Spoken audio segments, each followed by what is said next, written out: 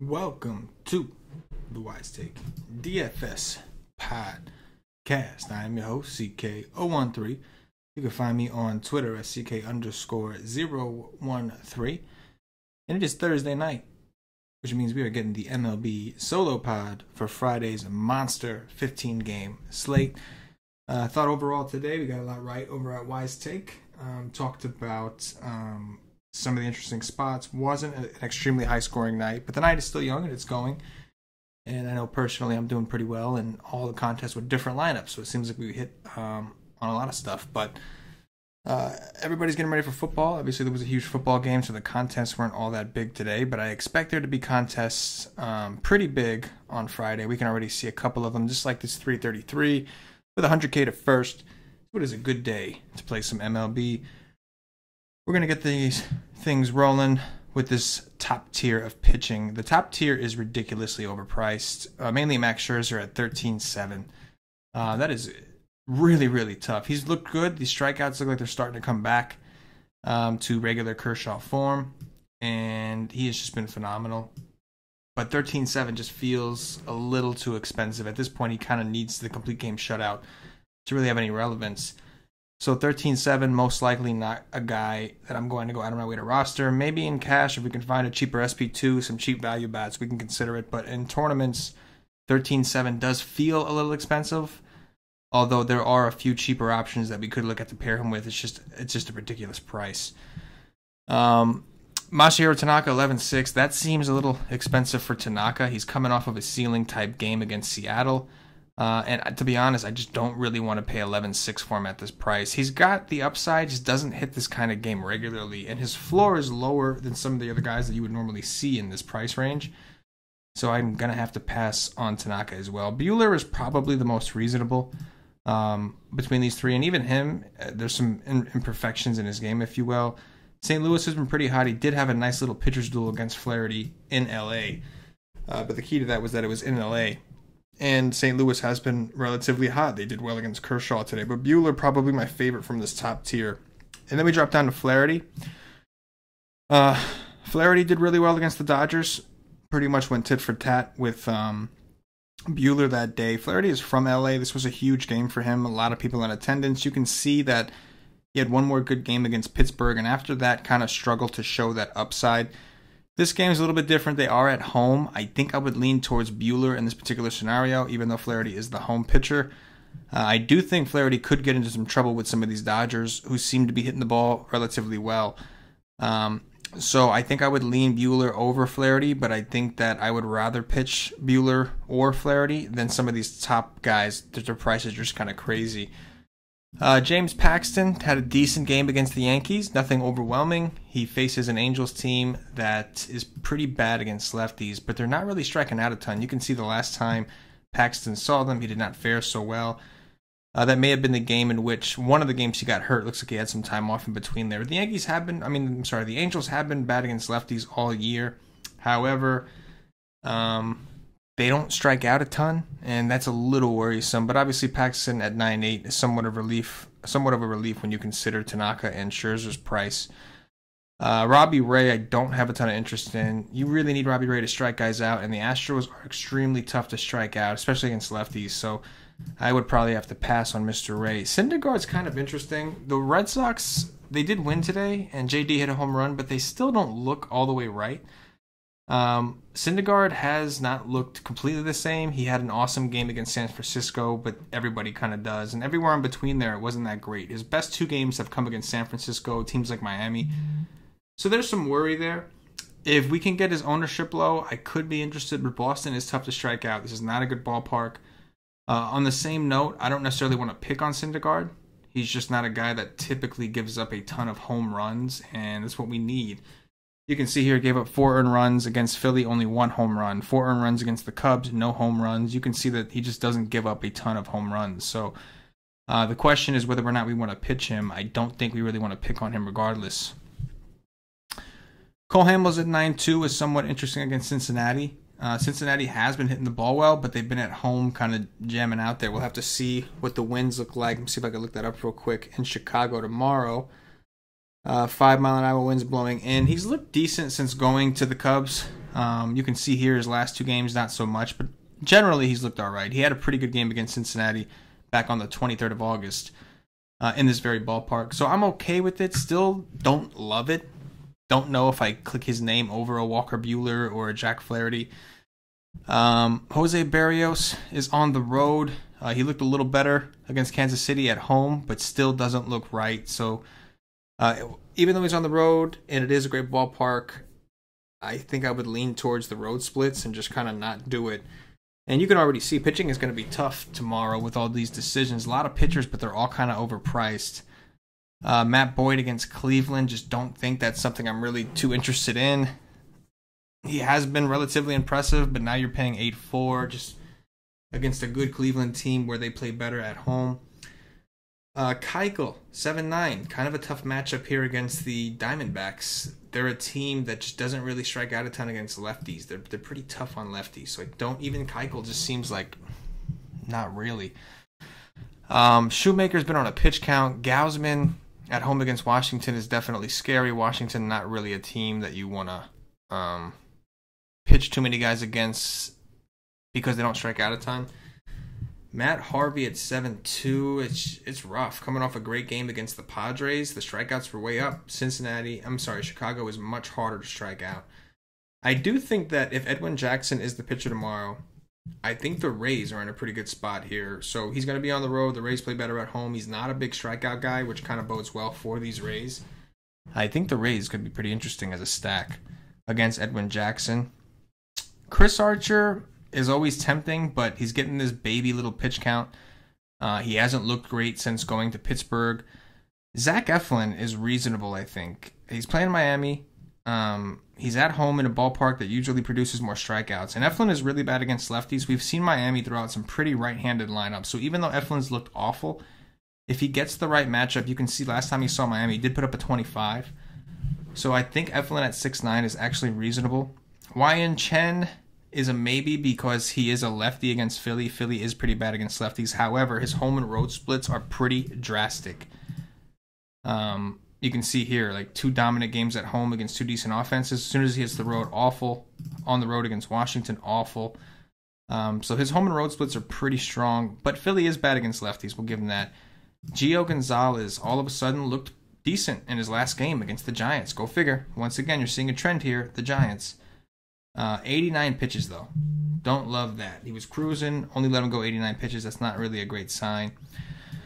Jorge Lopez, I think he had 8 innings, only 4 Ks. So a lot of BABIP went his way, and I'm worried he might be on the other side of that. I think the Twins could be an interesting stack in tournaments at low ownership. Tyler Anderson, we'll start with James Shields. James Shields is a maybe. Don't love this ballpark. Baltimore is pretty bad. So James Shields is one of those guys that is always low owned and can once in a while produce, but obviously a big risk. Tyler Anderson is a yes. 6'4". Hasn't been good, but all of his games have been at home. So you can see here his last 4 starts have all been in course. He finally gets a game on the road against one of the worst offenses in baseball. If you have noticed, when we went through all the game logs, all the pitchers who did well sporadically, it all seemed like they did well against the Giants. And now he's going to be in San Francisco in this huge park against this horrible team. I think that Tyler Anderson at 6'4" is a yes. I think that, Chris Stratton has pitched a little better since coming back. I just don't love him at 6'2". I'm just a little worried about upside in general. Don't want any Eric Lauer. Hector Velasquez isn't going to be in there very long. I think the Mets bats are somewhat interesting just because they've been hot and they're getting a park boost. Josh Tomlin, how about that? Josh Tomlin's getting a start. Very curious to see how far he goes because he is not stretched out at all, and it is Detroit. May have to look at some Detroit bats tomorrow. Aside from that, I think that we got Estrada. Estrada is not home. He's going to be going into New York. New York is getting home from a long road trip. I think they were out on the West Coast, so that's a little worrisome. but a fly ball pitcher in Yankee Stadium is not a very good thing. So I think the Yankees bats could also be in play. So going back to the top, you got Tyler Anderson. Just like if I'm doing a tournament team, I mean, I would play Tyler Anderson in cash. So in the cash squad, maybe you do suck it up and just go with Scherzer, but you can see it's going to be very tough. I think Buehler so far is the most attractive. I don't think that'll be overly popular, but maybe because of the pricing. But the SP1s aren't great. There's something wrong. Mostly the prices. It seems like everybody's somewhat overpriced. And so it makes you want to lean towards Scherzer in cash because he just seems like he's the most secure.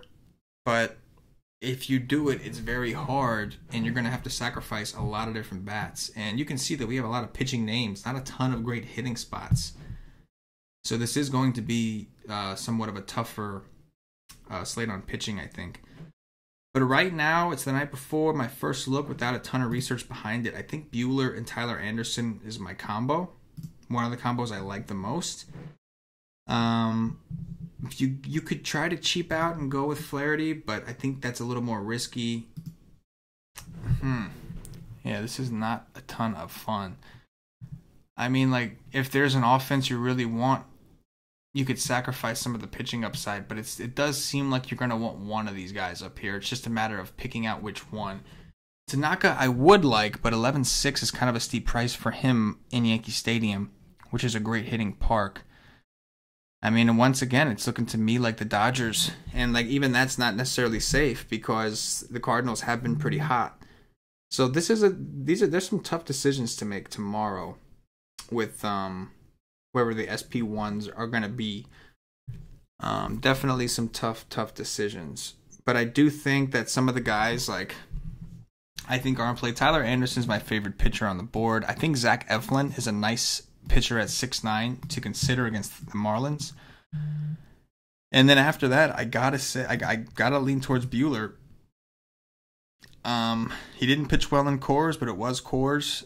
Didn't pitch well in Texas. That was Texas. Every other time so far, he's did what he's had to do. So I gotta say that Buehler is my favorite right now. And I think Buehler-Anderson is probably going to end up being on at least one of my lineups tomorrow. As far as stacks, I do think that Tampa Bay I mentioned. I think if it is going to be Edwin Jackson, I think we could look at some of these guys. Kiermaier, we'll see if he's healthy. But before he got sick, he was red hot. Look at this, double-digit performances constantly. That's awesome. I think that Malik Smith, big-time stolen base threat, that's always going to raise his upside, is somebody we may want. Maybe some Brandon Lowe or Joey Wendell. I'm fine with either of these guys. Lowe seems like he's finally starting to do what everybody kind of thought he was going to do. It took him a while to get going. But this is something that I'm going to have to look into the profiles tomorrow, see who hits what well. Chi-Man Choi, Cash's boy. He's been doing the damn thing, hitting a lot of home runs lately. He's fine. And then if it's one of these catchers is typically going to be all right to complete your 5-man. I'd be all right with that. As far as other offenses, there's a lot of them to choose from. But even though there's a bunch of offense, like there's not a ton of pitchers that immediately like. A lot of that is just because of the price, not because they're necessarily a bad pitcher. So the offenses aren't super clear. But I do think the Yankees are kind of interesting. So if we come down here, let me get rid of him. Maybe we can play like a Gary Sanchez. Maybe we can come down, get some Andujar action, get some Didi going. It doesn't leave us with a ton left for an outfielder. But I do think that the Yankees could be one of the more interesting offenses on the slate. I would think they're going to be somewhat popular because Estrada is a guy that people have grown accustomed to picking on. So let's see, we take out Lowe and go with like a Glaber. Yeah, that'll make things a little bit easier. So you don't have Stanton, who you kind of want in this Yankee stack, but you do have some of these guys that are interesting options. I mean, to be honest, at 4-4 at this point, we may want to take a Tampa guy if we could. Maybe we throw Lowe here, leave some money on the table. But that's just an example. I do think Buehler-Anderson's going to be a pretty common build for me. And that may end up being somewhat popular for most because, again, it is kind of tricky. So my top 3 pitchers tomorrow are going to be Buehler, and this is for tournament specifically, Buehler, Tyler Anderson, and then the third would probably be Zach Eflin right now. And I don't think he'll be all that popular. My my favorite stacks are going to be Tampa, the Yankees, and I'm going to, for like a contrarian one, I'll go with the Mets, who have been pretty hot and are going to get a bullpen game. The bullpen for Boston's actually not bad, but we've got a big park boost for some of these Met hitters who have actually been pretty hot. So yeah, that's going to do. As far as home runs, let's pick some home runs. So I'm going to go with Gary Sanchez for 1 home run. I will go with give me Michael Conforto for 1 home run. That's 2 guys, and then let's go with Chi-Man Choi, right? Cash and DFS's boy, Chi-Man Choi. There we go. Those are my 3 home runs right there, and that is gonna do it for the Wise Take DFS podcast. Don't forget, guys, check us out at wisetake.com for more premium fire MLB DFS content. We also got NFL going on, NASCAR, golf. We got it all going on. MMA, we have a big MMA fight this weekend. Come rock with us. Come check us out. We are a DFS content provider, but we're not just a content provider. We are a full-blown premium DFS community. You can get yourself a day pass for MLB. It's $2.50. It'll give you access to all of our MLB content specifically for 1 day. If you like it and you're good with just the content, you can do that as often as you'd like. But if you really want to dig into the community, we do recommend getting access to our Slack chat, which is for our monthly members or higher. Get your access to the Slack chat. Sign up for the monthly. Try the day pass. You're going to see the content and you want to test out the content enough that's all good. $2.50. You got this. But I'm pretty sure that once you get a little taste, you're going to want to really dig in on what we're doing here and be a part of the winning team. Check us out at wisetake.com. If you're watching on YouTube, please click that thumbs up, that like button, subscribe to the channel. If you are watching us on Facebook, give us a like and a share to support the Wise Take Nation. If you're listening to us on Podbean or iTunes, give us some 5-star reviews. And if you're watching on Twitch or Twitter, give us a like, give us a retweet. It all really helps us out. These things allow us to keep doing these shows for you guys for free, and we're going to keep on doing what we do as long as we have your support. And at the very least, all you got to do is show us a little bit of love. It goes a long way with us. So, for me, the entire Wise Take Nation, as always, get ready for the football guys right after this, and good luck. Yeah.